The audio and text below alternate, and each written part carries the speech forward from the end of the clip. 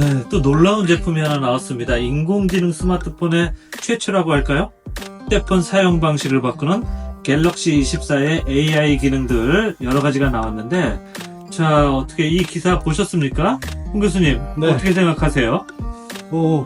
일단 온 디바이스 AI라는 거, 그러니까 휴대폰에서 뭐 인터넷으로 연결을 해가지고 인공지능 쓰는 거는 뭐 이미 하고 있는 거였지만, 인터넷이 연결되지 않은 상태에서 쓸 수 있다는 거, 정말 놀라운 일이죠.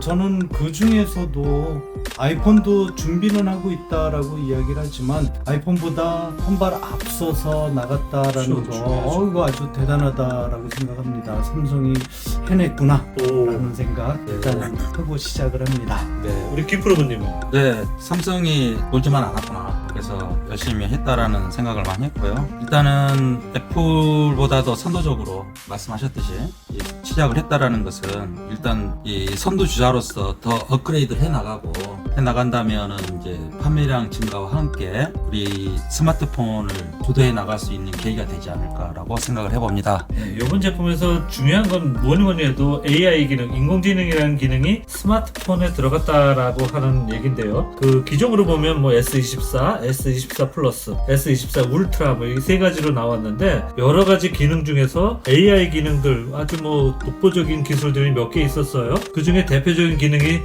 서클 투 서치라고 하는 건데 요거 홍 프로님 어떻게 보셨어요?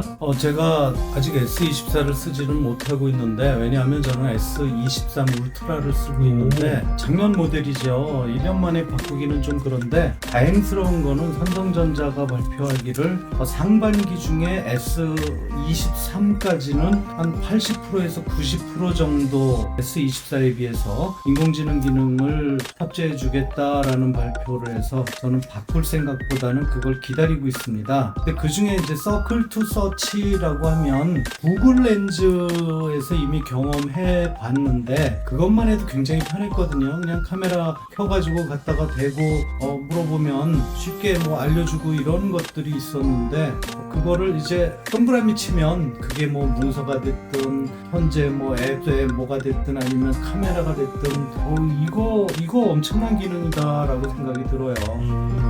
그래서 기대는 됩니다. 저도 S23에 이 정도, 그다음에 뭐 번역 이 정도까지는 올라가기를 기대하고 있는데요. 굉장합니다. 구글 렌즈가 좀 단점이 있었죠. 찍어야 되지. 그쵸. 아. 찍고 저장하고 네. 나서 작업에 들어가야 되는 거죠. 근데 S24 같은 경우는 카메라만 갖다 대고 해도 되는 걸로. 야, 그것도 획기적이네. 그러니까 찍지 않아도 된다라는 거, 이것도 아주 굉장하고요. 그래서 온 디바이스 AI로 가장 큰 게 뭐 번역 기능이겠지만 통역, 그 다음 요게 아주 괜찮은 기능이지 않을까, 많이 사용하게 될 것 같다 생각이 듭니다. 네. 그 다음으로 제공한 그 기능 중에 하나가 이제 녹취 어시스트인데요. 녹취 어시스트 같은 경우는 네이버 뭐죠? 네이버 회의인가요? 취해주고 그 텍스트로 바꿔주는 기능도 있는데, 여기서도 그런 기능들이 되는데 더 놀라운 거는 번역 지원까지. 예. 그래서 뭐 여기에 추가한다고 하니 아마 네이버 앱보다는 이걸 더 많이 사용하지 않을까 하는 그런 추측도 해보는데요. 자, 그 다음에 가장 관심 받았던 기능이 바로 요겁니다. 세 번째로는 이제 실시간 통화 번역인데요. 이 실시간 통화 번역에 대해서 어떻게 보셨는지 우리 김프로님. 뭐 외국어를 못하는 사람 입장에서 실시간 통화한 거 아주, 거기 뭐 우리가 여행 가면 쓰던 앱이 있었죠. 네.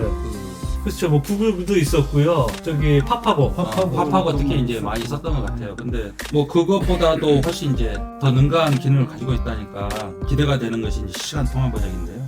뭐 상대방이 우리 S24를 가지고 있지 않더라도 우리가 그 나라 말로 번역해서 보내준다고 그러니까 아주 실시간으로 통화할 수 있는, 특히 우리가 간단한 회화는 가능하지만 그게 대화에서 어떤 의미 전달이 잘 안 되는 부분들이 생기잖아요. 그렇죠?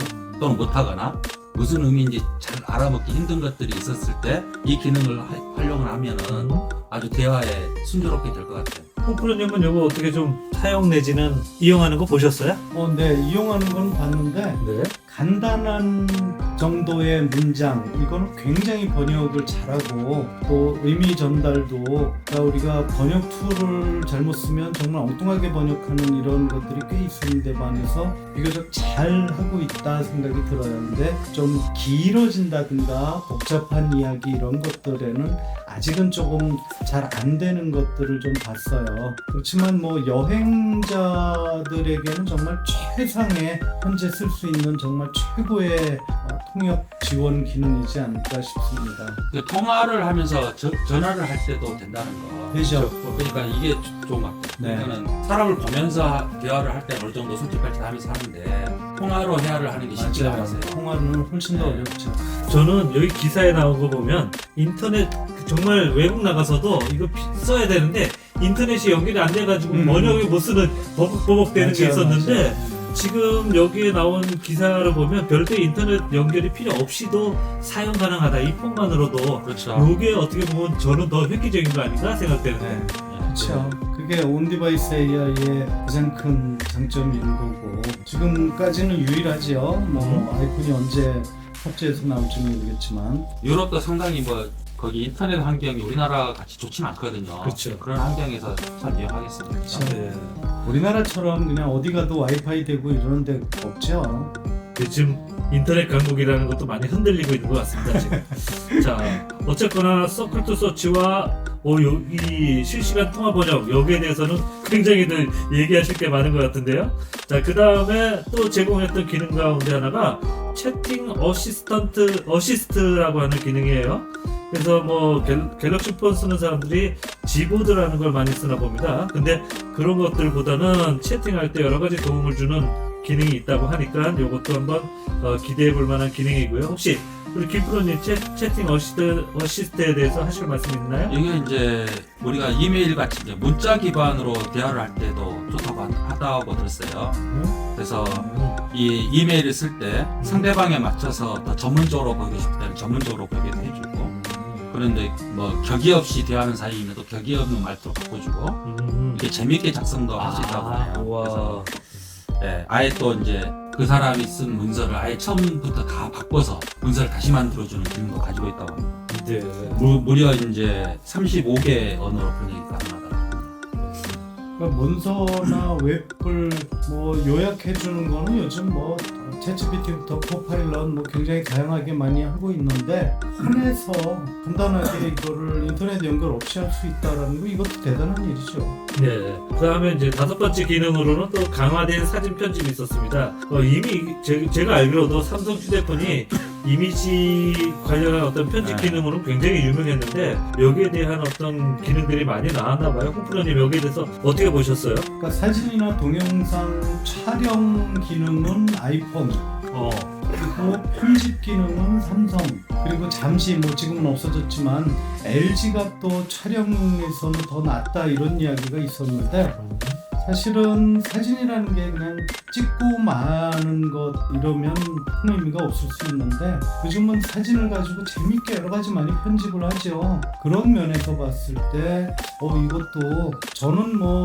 개인적으로 인사 많이 하는 사람들처럼 자기 셀카 찍고 금방 편집하고 뭐 이러는 걸 별로 하진 않지만 사진을 찍어서 여기저기 필요한데 쓰려다 보면은 반사도 생기고 왜 뒤에 지나가는 사람이 잡혔어 이런 거 있는데 지우고 싶은데 그런 거 이런 진짜 거를 좋죠. 진짜 싹 제거해주고 어떤 뭐 추가를 해주고 반사 생기는 거 없애주고 얼굴에다가 어떤 효과를 주고 이런 게 된다라고 하면 이건 굉장한 거죠. 저는 아주 환영합니다. 편집에 있어서도 생성형 편집기라고 해서 뭐 말로 어떤 기능들을 수행시키나 봐요. 네. 그런 얘기 그 기사에 대해서는 어떻게 보셨어요? 거기까지는 제가 해보질 않아서 그냥 기사로만 봤는데 네. 생성형 편집기라고 하면 네. 그냥 말이나 글에 의해서 우리가 전달하고자 하는 이야기를 그대로 수행을 해주는 걸 의미하니까 사진에서도 그렇게 한다라고 하면 일단 편집이 편해지겠죠. 이거를 뭐 손가락으로 아니면 펜으로 뭐 어떻게 하고 이런 거 안 하고 그냥 말로 뒤에 있는 배경 날려줘 뭐 이렇게 된다라는 이야기잖아요. 그렇죠. 굉장히 편해지겠죠. 네. 이 사진 편집에 대해서 우리 김 프로님은 네. 우리가 말씀하셨듯이 사진 편집이 내 취향대로 가능하다면은 저번에 그런 적이 있어요. 단체 사진을 찍은 적이 있는데 내가 빠졌어요. 그리고 네, 나를 추가하고 싶은데 그럴 때 이상하면 안 될까? 충분히 생각해봤어요. 되겠죠? 네, 추가 기능이 있으니까. 네, 자잘한 재미까지 감사합니다. 자, 삼성 갤럭시 요번에 아주 반응도 좋은 것 같고 그렇습니다. 자, 지금 여러 가지 군데에서 반응들이 나오고 있는데 그 반응에 대해서 우리 김 프로님 어떻게 보셨어요? 근데 이제 이러한 많은 기능들을 한 디바이스에 모아놨다라는 거 이게 이제 가장 이제 우리가 접근하기 쉽게 만들어놨다는 게 장점인데 네. 그런데 이제 하나의 사실은 뭐냐면 굉장히 독보적인 건 아니다라는 거. 옛날에 없었던 거야? 아니다라는 그렇죠. 얘기죠, 그렇죠? 예를 들어서 24시간 실시간 통역 서비스는 뭐 구글 번역기라든지 파파보이스도 가능했다라는 거. 그 다음에 우리가 통화 중에 통역 서비스를 얼마나 쓸 거냐라는 것도 있죠. 그 다음에 인터넷에 연결하지 않고도 쓸 수 있다. 굉장한 장점인데 우리가 또 우리나라 특히 내에서는 인터넷이 접속이 안 되는 경우는 거의 없기 때문에 또 아주 독특한 장점은 아닐 수도 있다라는 생각을 또 해봅니다. 뭐 좋은 오히려 우리가 예를 들어서 음악을 듣는다든지 아니면은 뭐 실시간 외국 가서 영화를 본다든지 그럴 때 이제 그게 번역돼서 나오면 굉장히 좋겠다라는 우리가 노래를 팝송을 들으면서 무슨 내용인지 모르잖아요. 그랬을 때 번역이 되나 이런 것도 한번 부정적인 어떤 반응이나 이런 것들이 혹시 좀 있나요? 예 그런 것들이죠. 그리고 이제 특히 이제 네이버 같은 경우가 이제 이런 TV에서 검색할 때 없는 기능들을 지금 이제 삼성이 제공하고 있기 때문에 네이버의 주식은 당분간 구입을 안 하시는 게 좋을 수도 있을 것 같습니다. 자, 지금 여러 가지 기능들이 있는데 우리 홈프로님 같은 경우는 대표적으로 그리고 어떤 거? 예. 갤럭시 23에 비해서 24가 네. 스펙이 동일하거나 낮아지는 경우도 있답니다. 스펙이? 네, 스펙이요. 그 예를 들어서 그 카메라 기능이 근접 카메라 기능이 오히려 성능이 떨어진다라는 어떤 보고도 있어요. 그럼 아무래도 뭐 이제 가격을 맞추다 보면 또 그런 게 있을 수 있겠죠. 메모리는 늘어나야 되고 가격은 많이 못 올리고. 사실 카메라는 지금 기능으로도 너무 충분하거든요. 너무 충분하죠. 좀 낮춰도 될 것 같아요. 그게 광학 10배 줌?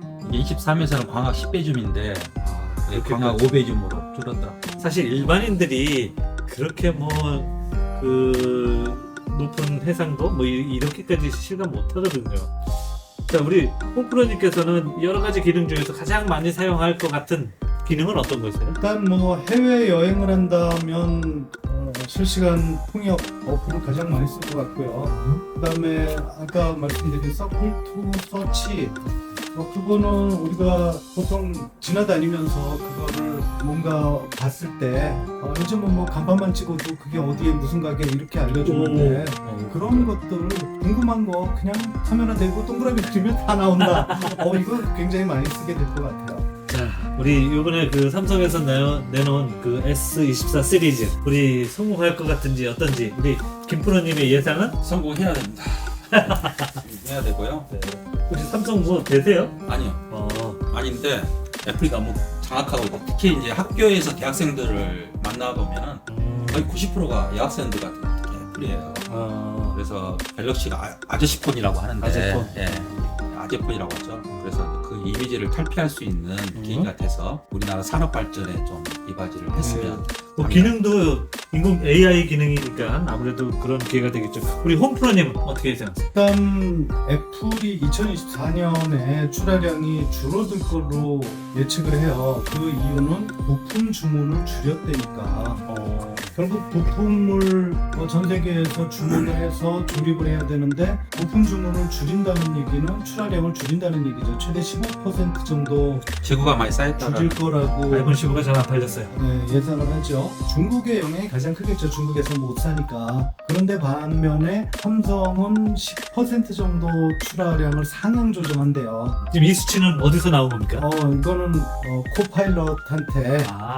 방금 물어봤어요. 와. 그 아이폰과 갤럭시의 출하량 예상이 어떻게 되느냐 하고 물어봤더니 챗GPT는 뭐 2022년 4월까지였나요? 그 정보를 토대로 이야기를 하지만 코파일럿은 검색까지 해서 현재 실시간 상황을 알려주니까 저는 코파일럿을 많이 쓰게 되는데 코파일럿의 예상으로 지금 그렇게 예측을 하고 있습니다. 물론 뭐 근거도 있는 이야기들이고요. 증권사나 애널리스트들의 분석 토대로 잘 될 것 같으세요? 잘 될 거라고 봅니다. 네. 네, 긍정적인 어떤 전망을 해주신 가운데 23 쓰지 말고 업그레이드 하시죠.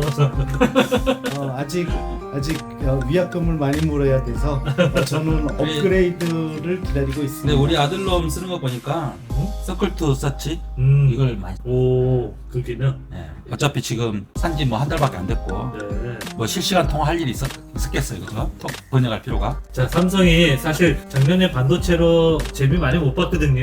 올해 그 새로운 인공지능 스마트폰인 그 갤럭시 24 시리즈 잘 되는지 한번 보고 이것도 한 여름이나 가을께 어떻게 되는지 한번 그 결과를 같이 얘기해 볼 기회가 있었으면 좋겠습니다. 자, S24 시리즈에 대한 전망은 이것으로 모두 마치겠습니다. 우리 감사합니다. 가을에 만나나요? 가을 전에도 뵙죠. 자, 감사합니다.